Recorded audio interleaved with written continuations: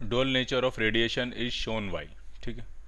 तो dual nature जो है वो फोटो इलेक्ट्रिक इफेक्ट और डिफ्रैक्शन इन दोनों से हो जाए, क्योंकि डिफ्रैक्शन से वेव नेचर होता है, रिफ्लेक्शन और रिफ्रैक्शन जो है वो वेव और पार्टिकल दोनों नेचर से शो हो जाते हैं, और फोटो इलेक्ट्रिक इफेक्ट से पार्टिकल नेचर होता है। तो डुअल नेचर किससे हो जाएगा शो? फोटो इलेक्ट्रिक इफेक्ट से भी हो जाएगा, फोटो इलेक्ट्रिक इफेक्ट और डिफ्रैक्शन मिला के। तो आंसर क्या बन जाएगा इसका? D part. Photo electric effect particle nature represent करता है और diffraction wave nature. D Broglie wavelength lambda. D Broglie wavelength जो लैम्डा होती है उसका फॉर्मूला क्या होता है? तो लैम्डा होता है आपका H upon p. P momentum है, मोमेंटम को मास इंटू वेलोसिटी लिखा जा सकता है या सिंपली पी भी लिखा जा सकता है। तो is proportional to mass, is proportional to impulse, is inversely proportional to impulse, does not depend on impulse. तो इम्पल्स ही चेंज इन मोमेंटम या मोमेंटम के बराबर होता है। तो आंसर अगर जा सकता है तो सी पार्ट जा सकता है, is inversely proportional to impulse, क्योंकि इम्पल्स ही क्या होता है? चेंज इन मोमेंटम के बराबर होता है। नेक्स्ट क्वेश्चन में कह रहे हैं electron and proton have the same de Broglie wavelength, then the kinetic energy of electron is. Electron and proton have the same de Broglie wavelength, then the kinetic energy of electron is. ठीक, तो दो चीज़ें आपको ध्यान रखनी है। अगर electron और प्रोटॉन की बात चल रही है, इनकी वेवलेंथ सेम है, इनका मतलब मोमेंटम सेम होगा, मोमेंटम दोनों का क्या होगा? Same.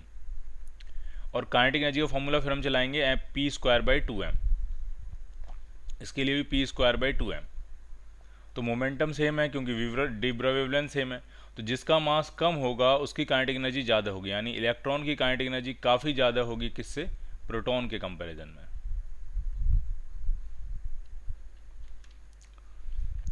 So greater than the kinetic energy of proton, D part.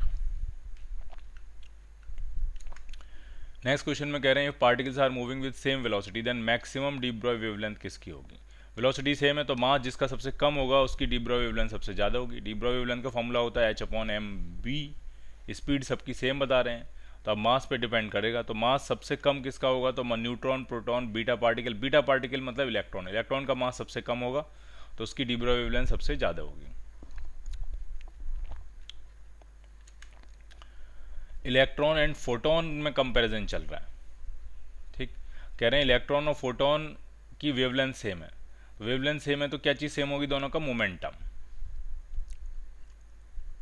B part. Momentum का मैग्नीट्यूड सेम होगा क्योंकि डायरेक्शन का कुछ पता नहीं, डायरेक्शन किसी की कहीं भी हो सकती है। तो उस पिछले क्वेश्चन में कहना चाहिए कि मोमेंटम का मैग्नीट्यूड दोनों का सेम होगा।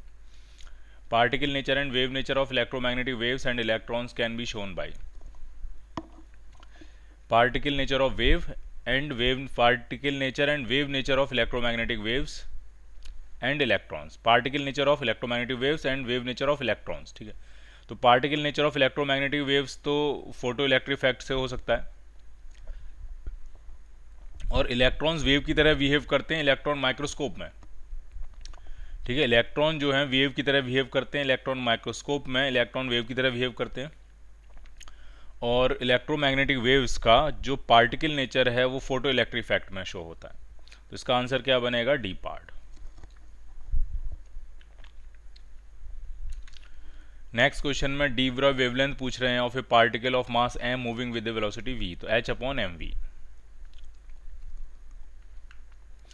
ए particle with zero rest mass and non zero energy and momentum must travel with the speed of light, ठीक है।